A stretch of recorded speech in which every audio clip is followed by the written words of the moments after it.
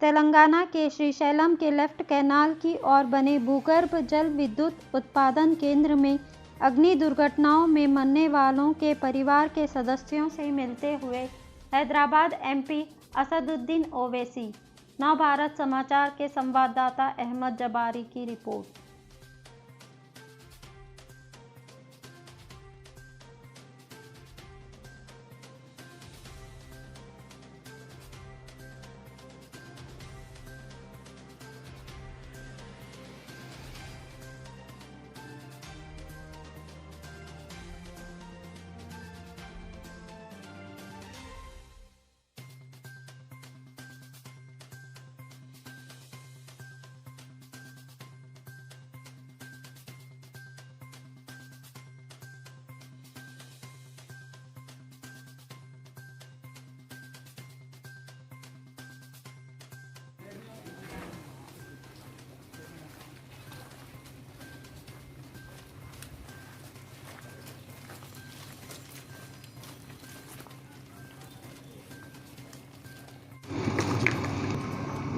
कल जो Srisailam power plant में जो हादसा हुआ, जिसकी वजह से 9 लोगों की जान चली गई, उन 9 लोग जो कल उस हादसे में उनकी मौत हुई, इंतकाल हुआ, उसमें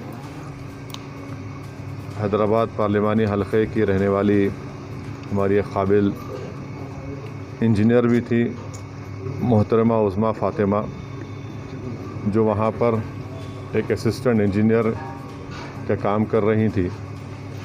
मैं आज यहाँ पर आज़मपुरे में उनके घर आकर उनके वालिद जनाब अब्दुल हक साहब को अपनी जानिब से, पूरी आवाम की जानिब से उनको ताज़ियत पेश किया हूँ।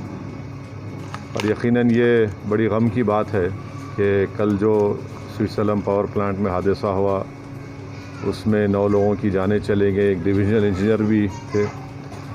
मैं आज जनाब अब्दुल हक साहब जो मरहुमा के वालिद हैं उज़्मा फ़ातिमा के, उनसे मुलाक़ात किया और ये बात शायद किसी को भी नहीं मालूम, उनके वालिद साहब जनाब अब्दुल हक साहब ने और उनके भाई ने मुझे बताया है कि उज़्मा फ़ातिमा एक बहुत ही काबिल स्टूडेंट थी और बचपने से वो बहुत ज़्यादा पढ़ाई में उनकी दिलचस्पी थी, मेहनत करती थी और उसके नतीजे में उनको मेरिट की बुनियाद पर शहर हैदराबाद का जो सबसे बेहतरीन इंजीनियरिंग कॉलेज है CBIT में, उनको मेरिट में इलेक्ट्रॉनिक इंजीनियरिंग में उनको कोर्स करने का मौका मिला, एडमिशन मिला।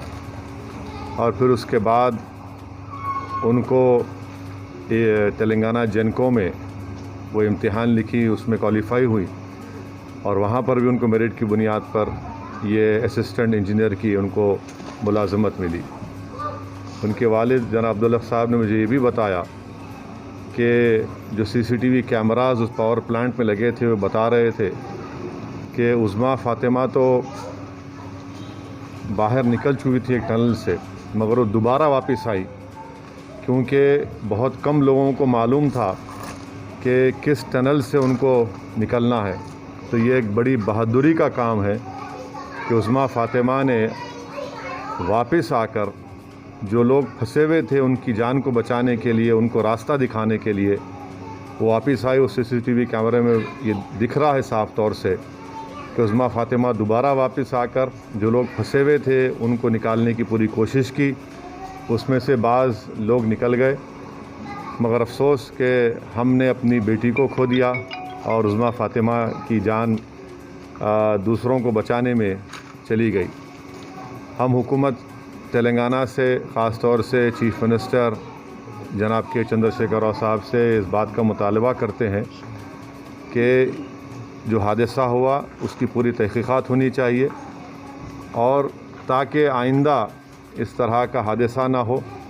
और साथ ही साथ हम उम्मीद करते हैं कि हुकूमत जल्द से जल्द जो ऐलानात किए हैं, जो लोग जिनकी जानें कल चली गई हैं, और उज़्मा फ़ातिमा के लिए चीफ़ मिनिस्टर चंद्रशेखर राव ने 25 लाख रुपए के एक्स-ग्रेशिया का ऐलान किया और उज़्मा फ़ातिमा की जो तनख्वाह थी वो ज़िंदगी भर उसका पेंशन उनके अफराद ख़ानदान को मिलता रहेगा। और तीसरी चीज़ जो एक कंपैशनेट अपॉइंटमेंट है उनके किसी ख़ानदान के फ़र्द को दिया जाएगा। मैं मुतालबा करता हूँ जनाब प्रभाकर साहब तेलंगाना जेनको के चेयरमैन से कि जल्द से जल्द ये जो ऐलानात हुकूमत की तरफ से किए गए हैं उसको रोब अमल में लाएँ। और मैं अल्लाह से दुआ भी करता हूँ कि अल्लाह सुब्हाना व तआला जनाब अब्दुल हक साहब को उनके तमाम अफराद ख़ानदान को अल्लाह उनको सब्र दे, क्योंकि एक गरीब ख़ानदान में रहते हुए इस बच्ची ने बड़ी मेहनत की, मरहूमा ने, और मेहनत करके अपने बलबूते के ऊपर उन्होंने ये नौकरी हासिल की। इलेक्ट्रॉनिक इंजीनियरिंग किया हैदराबाद के मायनाज इंजीनियरिंग कॉलेज CBIT में मेरिट की बुनियाद पर। अल्लाह सुब्हाना व तआला से मेरी दुआ है कि अल्लाह इनकी मरहूमा की मग़फ़िरत फ़रमाए और इनके अफराद ख़ानदान को सब्र जमील अता करे। और इंशाअल्लाह ताला ये बच्ची हम तमाम के लिए एक बहादुरी की मिसाल है कि कैसे वो अपनी ज़िम्मेदारी को, आग को देखते हुए उन्हें नहीं भूला और वापस जाकर अपने साथियों को बचाने के लिए अपनी जान को क़ुरबान कर दिया।